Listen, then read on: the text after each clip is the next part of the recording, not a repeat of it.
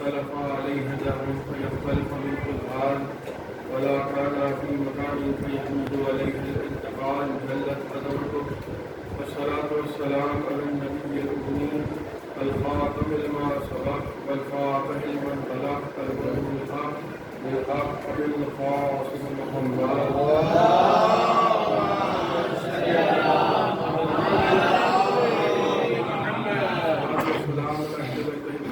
الطاهرين المعصومين المظلومين الذين أذهب الله عنهم الرجس وطهرهم تطهيرا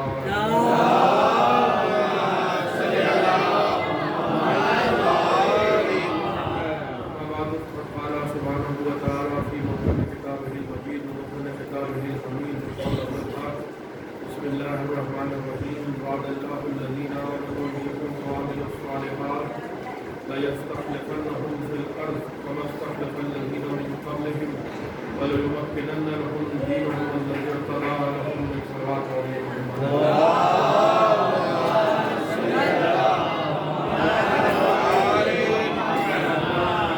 تمہید کے بعد آج نے دوسری گفتگو ہے جو میں آپ حضرات کی خدمت سے پیش کر رہا ہوں اور کل کچھ معلومات میں نے آج کرنے کی کوشش کی تھی اور آپ حضرات کی اس معلومات کا میں گزار ہوں. آج مجھے ظاہر کہ موسم تھوڑا عجیب و غریب ہے. میں محسوس کر رہا ہوں کہ آواز بھی شاید غریب ہے.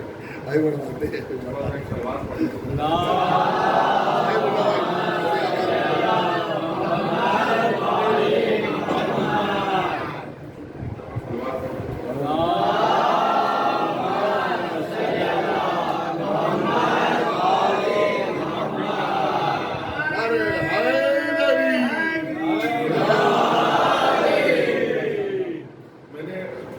خدمت میں یاد کرنے کی کوشش کی تھی کہ قرآن میں ارشاد رب العزت ہے کہ اللہ نے مومنین سے وعدہ کیا وعد اللہ الذین آمنوا منکم وعملوا الصالحات.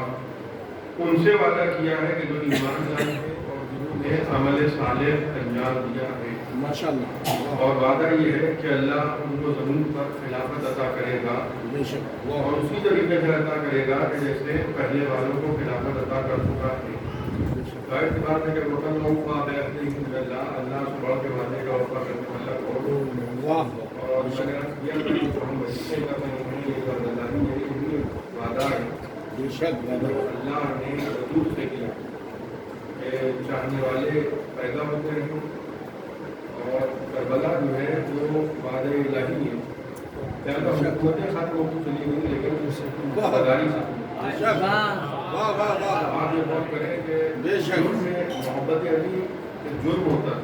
ایک زمانہ ایسا تھا حمزہ کا بنو عباس کا نام حسین لینا نام علی لینا جرم زیادہ ہمارے ساتھ سلوک روا رکھا گیا. ظاہر سی بات ہے شیعہ جو ہے وہ کبھی اقتدار میں نہیں آئے تو بہت بعد میں آئے لیکن جب سے مولا علی کی شہادت ہوئی ہے تاریخ پر جن لوگوں کی نظر ہے وہ میری بات کی تصدیق کریں گے علماء جو موجودگی میں میں رہا ہوں کہ جب سے مولا علی کی شہادت ہوئی ہے تب سے ایران میں صفوی حکومت کے برسر اقتدار آنے تک شیعہ تخیل میں اور اتنی بڑی حکومت بھائی اس لیے تخیل میں رہیں کہ ظاہر ہے کہ قوت اور طاقت جو ہے وہ دشمن بھی بہت زیادہ ہے. تاج ان کے پاس تخت ان کے پاس سب کچھ ان کے پاس ہے اور وہ یہ چاہتے ہیں کہ نام علی ختم ہو جائے نام حسن ختم ہو جائے نام حسین ختم ہو جائے. ہم سے تو کوئی عداوت نہیں ہے. ہم سے عداوت اس لیے ہے کہ ہمارے دلوں میں ان کی محبت ہے. اگر ہم کہیں کہ ہمارے تو ان کی محبت ہے تو ہم تو آپ کو بتا رہا ہوں نہیں. ہمیشہ یہ رہا کہ جب ہم نے نام لیا ان کو چہرے پہ ناگواری کے آثار تھے. عزاداری تو ایک بہت بڑا مسئلہ ہے. یہ عزاداری تو ایک ایسی تحریک تھی جس نے بڑے بڑوں کو سمیٹ دیا اور دشمن یہ چاہتا تھا کہ بھائی کربلا ختم ہو جائے لیکن اس کو یہ نہیں معلوم تھا کہ کربلا کے میدان سے حسین ایک ایسا سورج شروع کریں گے جو ظالم حکومتوں کو فنا کرے گا.